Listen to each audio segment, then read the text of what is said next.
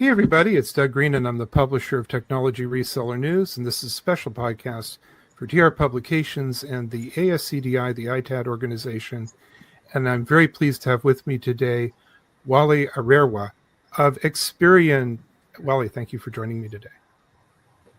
Thank you for having me on the show, Doug, and thanks to your listeners.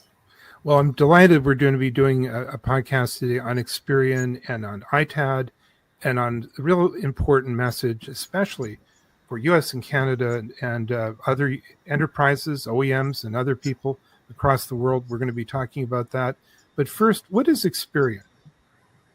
Xperien is an IT asset disposition company, and we provide the traditional ITAD service. And if I go into that in a brief detail, it's really just recovering residual values from equipment, and most importantly, what we do is prevent data leaks from equipment at end of life. And then there's the logistical reach which we offer companies which may have assets spread all over the country. Now, in as much as we've been talking about ITAD nonstop for a number of years, there's always going to be a listener or watcher who doesn't understand the difference between ITAD and simply the guy that's a recycler that is offering to take care of my old technology equipment. So what's the difference? Well, you see, the recyclers position themselves as an end-of-life, squarely as an end-of-life solution. But with ITAD, the IT asset disposition, it can really come into the organization during technology change. And when I say that, we don't have to always wait till end of life. We can refurbish equipment and redeploy the equipment. So when there is a technology change, one of the most important things you need to do is to really make sure that the data on a machine has been erased before it moves to the next position. And that is a service that traditionally recyclers do not perform. And then when it comes to logistical support as well, the ITAD companies tend to be more nationwide because we can go on site and provide these services to the clients on site, whereas with the recyclers, people tend to go to recyclers at the end of life. So there's a defining difference here between just the guy that I like as a recycler and an ITAD. And then you were telling me before we started our podcast today, even as an ITAD, you're unique. Xperien is unique among the ITADs. Well, it's unique. I suppose it's a growing trend now. Everybody's framing their services in terms of sustainability, and we're really following the sustainable development goals and the circular economy. So where is Xperien different? The biggest difference would be that rather than just saying we're sustainable, we focus on biodiversity. And if I go into the biodiversity a little bit more, there was a conference last year in Cummings, Montreal, where there was a framework that was made up for the called the Global Biodiversity Framework. And what that is doing is trying to get business, community, and people closer to nature. So whereas everybody's saying that they're sustainable, we have specific projects that focus on biodiversity. And coincidentally, today is Biodiversity Day, and we've had a project in the office. But what we do is we offer the chance of our clients to sponsor biodiversity projects, or we help them create biodiversity projects. And because we have the audience of these corporate companies, because there's a lot of residual value that is usually available at end of life when we are providing the typical ITAD service. Not every large corporate is that interested in the values at end of life. So we give them the option to channel these funds into a sustainable project so that they can also improve their ESG objectives or their sustainability objectives. So, in anything that's growing and new, such as ITAD, we always have this impact of, as you mentioned, everybody. everybody kind of saying the same thing, everybody doing the same thing. But you are having like a level of customer engagement that sounds like it's a little bit pioneering. Yeah, it is pioneering. I haven't come across anybody who has drilled down into sustainability to the extent where they are promoting biodiversity. Usually, what everybody tends to be saying nowadays is, look, we will give you impact information and impact reporting information, which can be incorporated into the enterprise. Because obviously, at end of life, there's some environmental benefits from preventing pollution. There's some social benefits from bridging the digital divide and helping the community. But we have actually focused on regenerating biodiversity regeneration and biodiversity conservation has a pioneering thing that we are doing at the moment. And as I said, today is Biodiversity Day, and we are celebrating it, and we have actually established a garden at our premises to promote biodiversity. Who are your clients? Well, my clients are mainly from the financial services sector.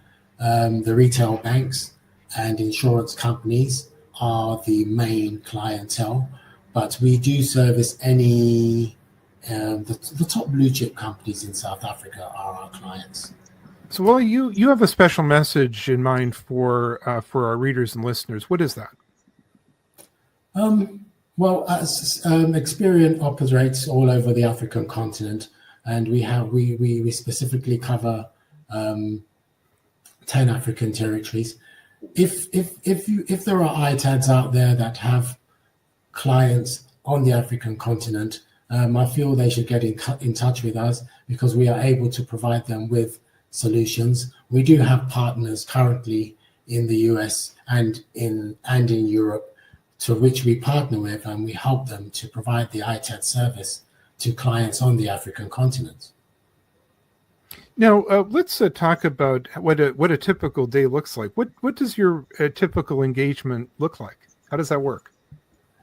Oh, well, typical engagement really just starts with planning the day, answering emails, then making sure that we are in line with the strategy that we have put forward for Xperien, and then helping out the managers, making sure that I help them resolve or listen to their resolutions to day-to-day operational problems. So a customer or a potential client reaches out to you, and then what happens? They go, we're moving from one place to another, we're replacing all this gear, whatever the case is. How does that all work? And then you come in and decommission the products? Well, first of all, we will try to find out the extent of what the client needs to decommission and where they need to move. We need to understand whether we need to make sure that we have the time scale in which that needs to happen. Then we have to apportion the resources required, the trucks and the people, to ensure that we will be able to meet their expectations.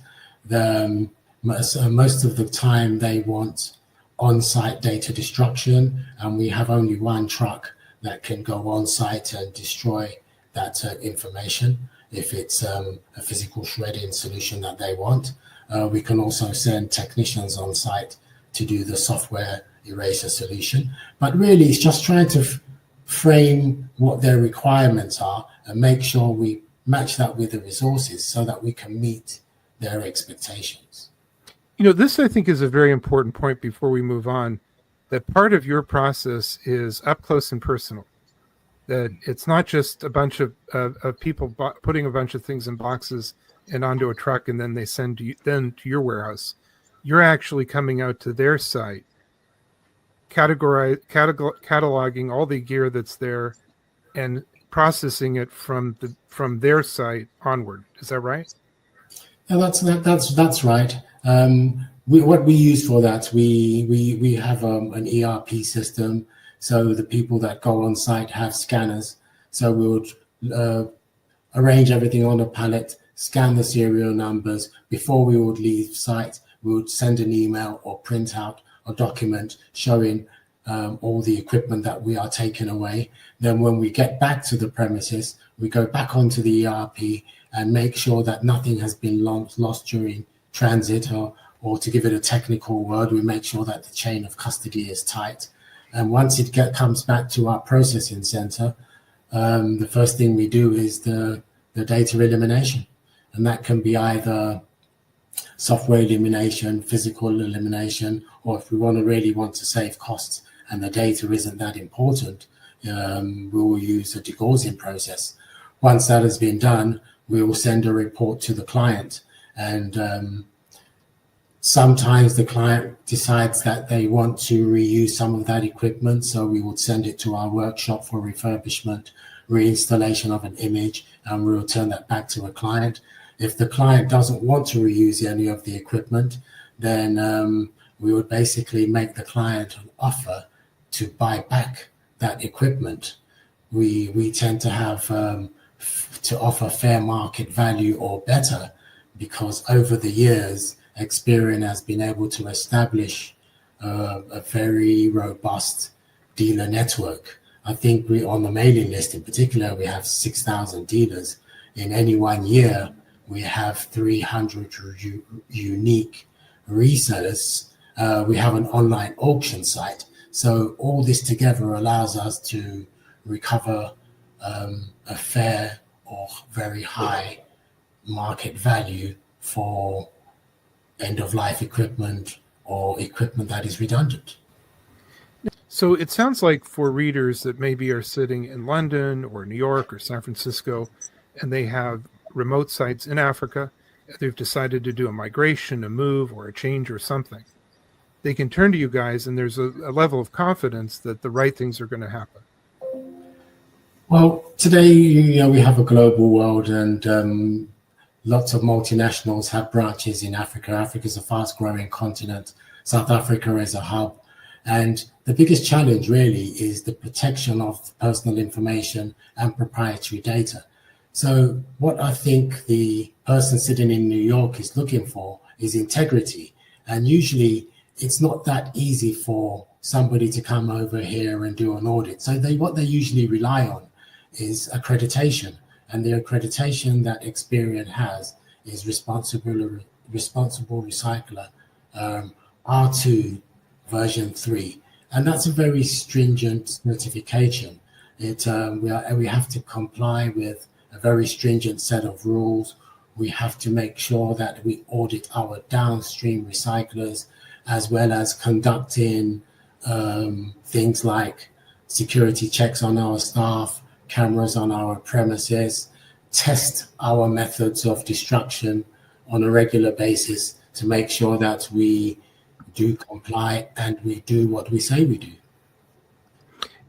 As we start to wrap up our podcast today, do you see large enterprises sometimes making mistakes with regard to disposition?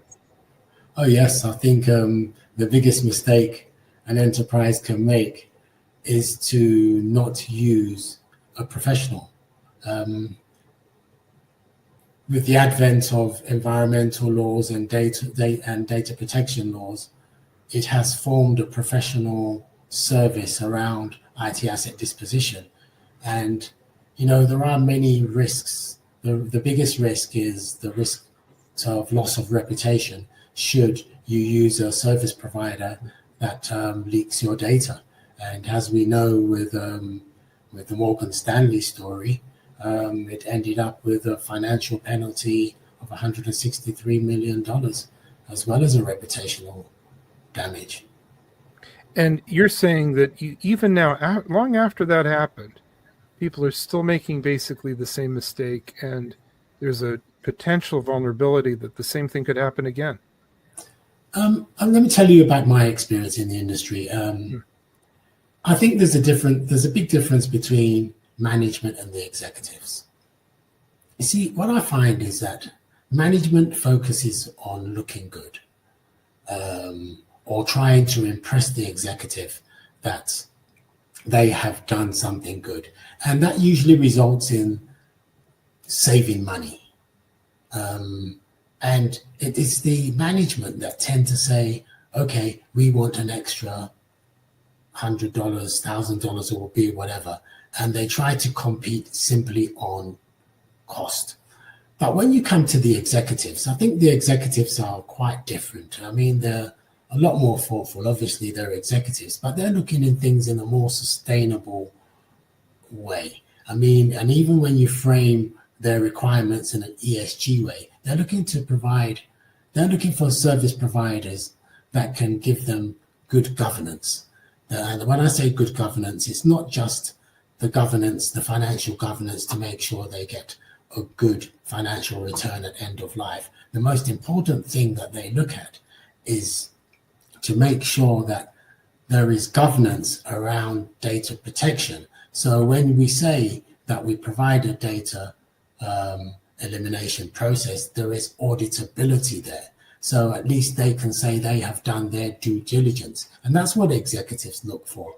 And the third thing that executives look for is compliance with sustainability objectives. And you're saying that these things are not necessarily complete in your experience now. In other words, even significant enterprises are making the mistake of leaving things out. Well, it's just education, really. As I said earlier, ITAD is pretty new. So when you look at the people who are managing IT assets, usually they've got to provide a solution to a solution to the enterprise. And remember, IT asset disposition is at the end of the technology life cycle. So it usually is an afterthought. And that's where we're trying to change things to make sure that technology disposition is not an afterthought. It's something that you plan for at the beginning of the life cycle. So as we wrap up our podcast today, are there trends and technologies you see shaping the future of ITAD and also the future of your organization? Okay, well, I think the future of ITAD is that with the leading companies, we're going above and beyond compliance to making sure that we're providing a sustainable service. That's very important because when you think of sustainability, integrity comes into the picture, and you are actually thinking of your client to make sure that we're not making the Morgan Stanley mistake and our clients are not losing their reputation. So I think the future of ITAD is really just making sure that our service is framed squarely around sustainability. And is that your message then to all of our readers and listeners today? Yes, also to the readers, Xperien is a growing company, and obviously as we grow, we were looking for strategic partners, and I think a strategic partner could come from America. We are looking to team up with an OEM, with a very large ITAD, with a channel distribution partner, or a leasing company, or any other company which feels that they can play a part in the circular economy. Because Africa, where we have a growing population and a growing business environment, the demand for used equipment is huge and it's growing rapidly. And we cannot keep up with the demand. So a strategic partner would go a long way to making sure that we fulfill the demands of the circular economy for used equipment, or the circular economy for used computers in Africa. And where can people learn more? Oh yeah, you can go to www.xperien.co.za or .com. That's xperien.com, and you get more information about our service. Well, I hope we are able to do a follow-up podcast very soon about some of the topics we discussed today, but I want to thank you very much for joining me today. Yeah, thank you very much for having me on the show, and happy Biodiversity Day to all your listeners. I'm hoping that they are having biodiversity projects while they are carrying out their ITAD business and they're offering these solutions to their clients.